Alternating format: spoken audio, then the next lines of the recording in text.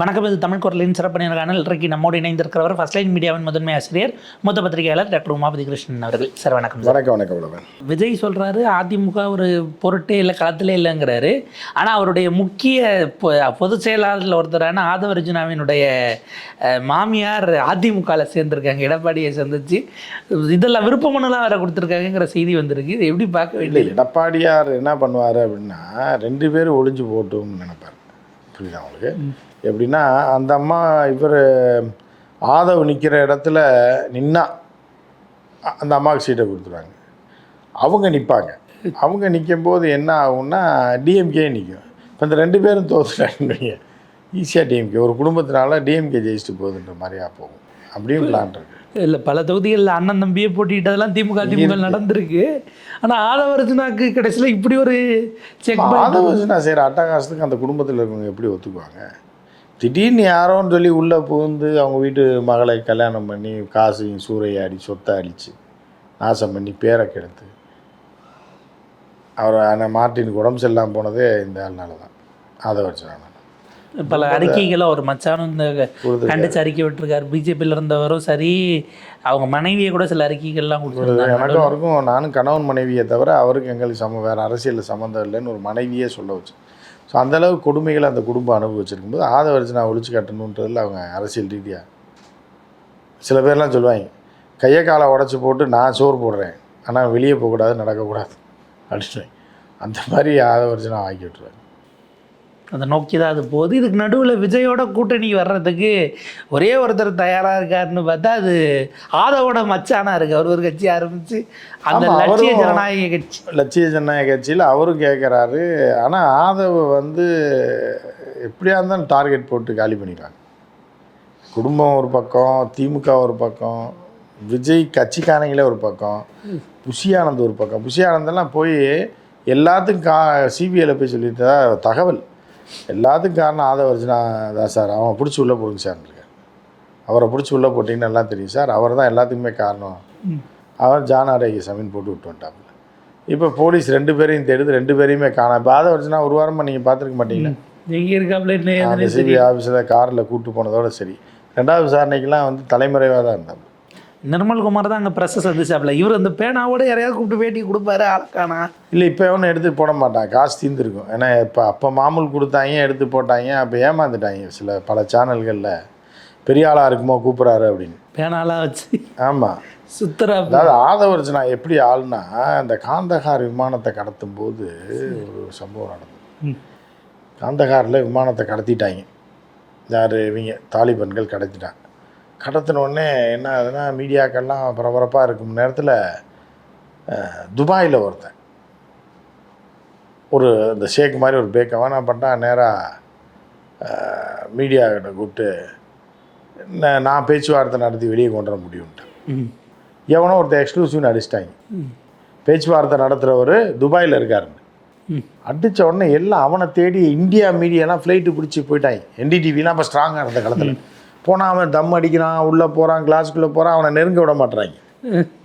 உடனே ஒரு நாள் ஃபுல்லாக அவனை இவங்கெல்லாம் மொக்கிறாங்க. பெரிய விஐபி இவங்க தான் எவனை வேணாலும் தூக்கி விடுவானே. தூக்கிட்டு மொக்கிறாங்க, மைக்கை போடுறாங்க. எல்லாம் போடும்போது அவன் நோன்றான்.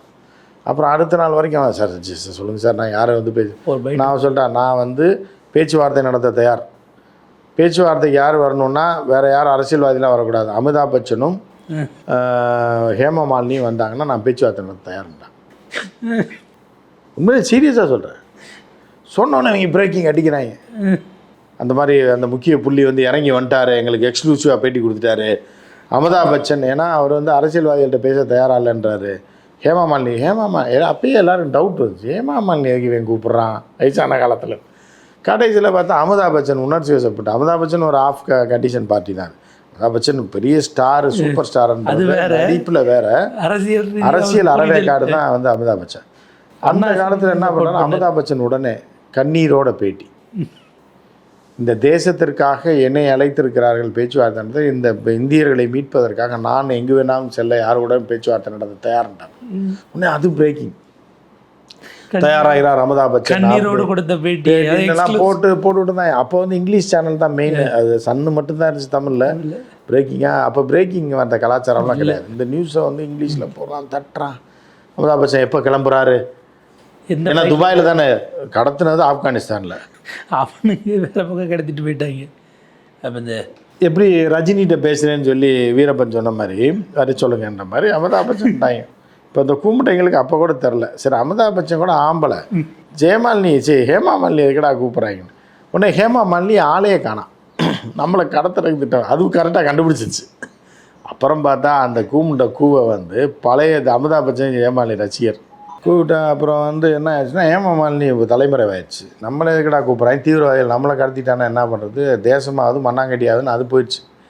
கடைசியில் பார்த்தா அவன் பெரிய ஆகப்பேர் அரக்கு இருக்கேன். அவன் துபாயில் அவங்க இப்போ பணக்கார குடும்பத்தை சேர்ந்து ஒரு அரக்குவை.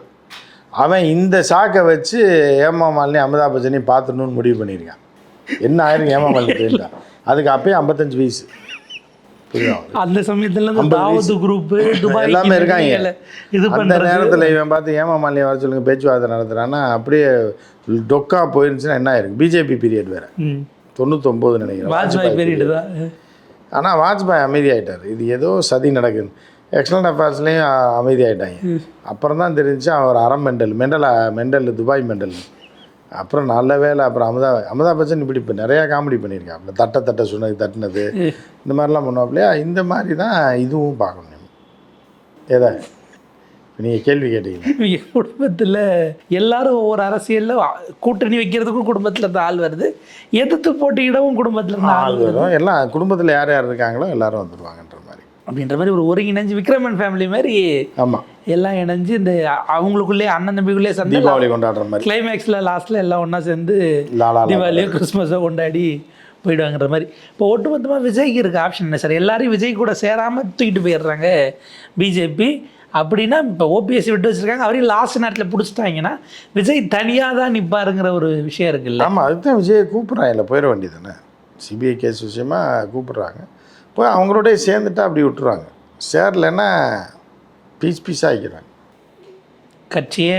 ஆதவர்ஜனெலாம் இன்னும் அவங்க விட்டு வச்சுருக்காங்க. ஆள் வேஸ்ட்டு, வீணாக போன டிக்கெட்டுன்றதுனால. இல்லைன்னா டேய் தம்பி அப்படின்னா ஓடிடுவாப்புல அங்கே. ஏன்னா அவர் பல பிஸ்னஸ்களை தொடங்கினாருங்கிறாங்க. அதெல்லாம் என்ன ஒரு மண்ணாங்கட்டியும் கிடையாதுங்க, ஒரு பிஸ்னஸும் தெரியாது ஆதவர்ஜனாங்க. மாமனார் காசை அழிக்கிறதுக்காக இதை ஆரம்பிக்கிறேன் அதை ஆரம்பிக்கிறேன்னு ஒரு ஆஃபீஸை போட வேண்டியது, சம்பளம் கொடுக்க வேண்டியது, மூட வேண்டியது.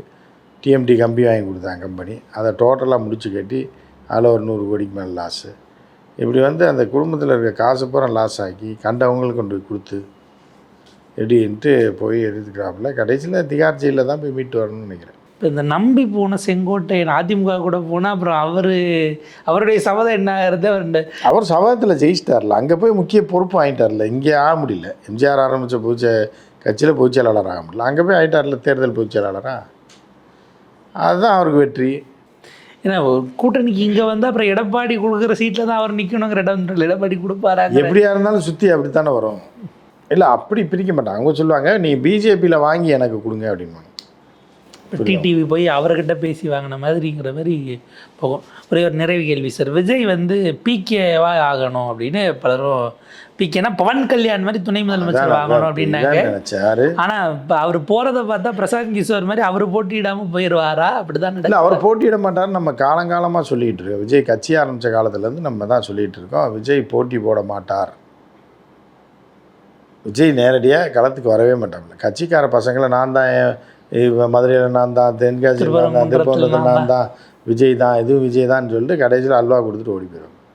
எல்லாம் தெருவில் நின்று அவன் தாலி பொண்டாடி தாலியில் அடைய வச்சு இந்த சின்ன பையங்க போகிறான் நின்று நாசமாக போகிறான். நின்னாலும் விஷால் உனக்கு சின்னம் கொடுக்காம செய்ய முடியும். இல்லை விஷால் மாதிரி வேட்புமனுல இது சரியாக ஃபுல் பண்ணி இல்லை, கோடு ரிஜெக்ட் பண்ணி விட்டாங்கன்னா விஷால் இதெல்லாம் ஆர்கே நகர் படு இதாக இருந்தது. ஒரு இடைத்தேர்தலுக்கே அவ்வளோ வேணா நீங்கள் பொது தேர்தல் பார்த்தீங்கன்னா விடவே மாட்டாங்க. இது இருக்கு இன்னும் சின்னம் உங்களுக்கு ஃபில்லப் பண்ண தெரியாது ஆள் கிடையாது. செங்கோட்டையனுக்கு வேறு ஆள் தான் ஃபில்லப் பண்ணி கொடுப்பாங்க. அவருக்கு ஃபில்லப் பண்ணுற ஆள்கிட்ட கொடுத்து வேணால் ஃபில்லப் பண்ணலாம். இருந்தாலும் அதெல்லாம் அது ஒரு எலெக்ஷன் கமிஷன் ஸ்ட்ராட்டஜி டீம்லாம் வச்சுலாம் அதெல்லாம் செய்ய அவங்களுக்கு தான் இப்போ எங்கே புள்ளி வைக்கிறது தெரியாது, கோடு போடுறது தெரியாது. அவங்க ஒன்லி இன்டர்நெட்டு தான்.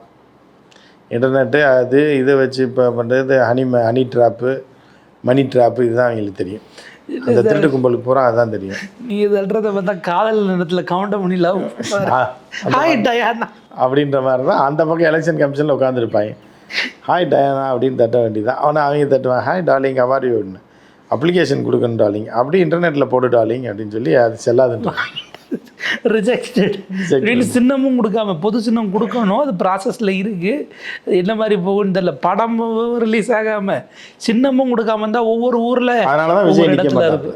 நம்ம போனோம்னா இதை தடுத்துருவாங்கன்னு தெரியும். அதனால் நம்ம எதுக்கு நிற்போம், சின்ன பையனை விட்டு நிற்க விடுவோம். அவங்க என்ன பண்ண எலெக்ஷன் கமிஷனில் ஆளுக்கு ஒரு சின்னம், பல்பம் சின்னம், இப்போ ஸ்லேட்டு சின்னம், குச்சி சின்னம், குரங்கு சின்னம்னு எதையா ஒன்று கொடுத்து நீங்களாம் போய் விளாடுங்கடான்னு அனுப்பி விடுவாங்க. அப்புறம் அவங்க எலெக்ஷன் இன்னும் போய் 26க்கு பிறகு தெரியும் ரஜினி ஏன் வராமல் போனார், அது நல்ல முடிவு தாங்கிறது அப்படின்றது எல்லோரும் ரஜினியை பாராட்டுவாங்க. 26க்கு அப்புறம் என் தலைவர் உண்மையிலே ஆன்மீக சக்தி இருக்குது, ஆனால் விஜய்க்கு அந்த ஆன்மீக சக்தி டிசம்பர் 29 அறிவிக்கிறேன், 28ஆம் தேதியே நான் வரலன்னு ஹாஸ்பிட்டலில் சேர்ந்து அறிவித்து அறிக்கை கொடுத்துட்டு போனவர் தான் இன்னமும். ஆனால் ஒரு செக்ஷன் அவரை வரணும்னு கூப்பிட்டு தமிழுக்கு ஏதோ ட்ரை பண்ணார், அது எல்லாத்தையும் கடைசியில் அவர் ரசம் வச்சு கொடுத்துருக்காரு பாருங்க. ஆனால் இரக்கமில்லாத ஒரு ரஜினி மிளகு ரசம் வச்சு கொடுத்து ஒரு மனுஷனை அரசியலில் ஒரு அமைச்சராகணும் முதலமைச்சராகணும்னு ஆசைப்பட்ட திமுகவை ஒழிக்கணும் ரஜினி வரமாட்டார். அவர் நம்மளை தான் கையை காட்டுவார், நம்ம தான் முதலமைச்சர் அப்படின்னு நினச்ச ஒரு ஆளுக்கு மிளகு ரசம் வச்சு டம்ளரில் ஊற்றி கொடுத்து துரத்திட்டு இருக்காங்க. ரஜினி அவ்வளோ கொடூர மனம் படைத்தவர்னு பாருங்க. அதாவது ஒரு இவ்வளோ பெரிய அரசியல்வாதியை அந்த அளவுக்கு பண்ணலாமா? ஆனால் எவ்வளோ சரி, அரசியல் ஒரு சாப்பாடை போட்டு மிளகு ரசத்தை ஊற்றினாலும் சாப்பிட்டு போயிருப்பார். வெறும் ரசத்தை டம்ளரில் கொண்டு கொடுத்து எவ்வளோ மனம் நொந்து போய் பேசிக்காத. இல்லை அவர் பல பேரை நீ காலி பண்ணல, காலி பண்ணிக்கின்ற மாதிரி. அது அவர் வாழ்க்கை ஒரு சூப்பர் ஸ்டாரில் என்ன இருந்தாலும் பாபா காப்பாற்றி விட்டுருக்காரு. அவரை பாபா காப்பாற்றிட்டாரு, தீய சக்திகளை அழிச்சிருங்கன்னு இருக்காரு. கண்ணில் யாரும் இல்லை, தமிழ் குருவி தான் தீய சக்தியான்றது அந்த கிளைமேக்ஸில் தான் அவர் தெரிஞ்சிருக்கு. பாபா சொல்லியிருப்பார், ரஜினி நீ போ, ஒரு தீய சக்தி இருக்கும், 2 தீய சக்திகள் வரும், உன்னை நோக்கி அதை அழித்து விடு, உன் வாழ்க்கையை சுபிச்சமாகும்னு சொல்லியிருப்பாரு. அவங்கள நம்ப வச்சு கொண்டுட்டு போய் கடைசியில் கண்ணை திறந்து பார்த்தா இவங்க 2 பேர் நின்று இருப்பாங்க. திருப்பி கண்ண முடிவிட்டேன், பாபா இந்த 2 பேர் நிற்கிறாங்க, நான் என்ன சொன்னேன், உன் கண் முன் தெரிகிற 2 தீய சக்தி தான் சொன்னேன், அது யாராக இருந்தாலும் அழிச்சிரு அப்படின்ட்டு இருப்பார். 2 பேரையும் காலி பண்ணிட்டார். ஏதோ அவரால் தமிழ்நாட்டுக்கு கிடைச்ச ஒரு பெரிய நன்மை அப்படிங்கிறது தான். பார்ப்போம் சார், ஒரு விரிவான உரையாடல். 26 தேர்தல் எப்படி போகுது, பிரதமர் வந்த பிறகு என்ன நடக்குது, இந்த கூட்டத்தில் எத்தனை பெருந்தலைவர்கள்லாம் ஏறுறாங்கிறத பார்த்துட்டு நம்ம விரிவாக பேசலாம். உங்கள் நேரத்துக்கு பொறுத்தவரைக்கும் நன்றி சார்.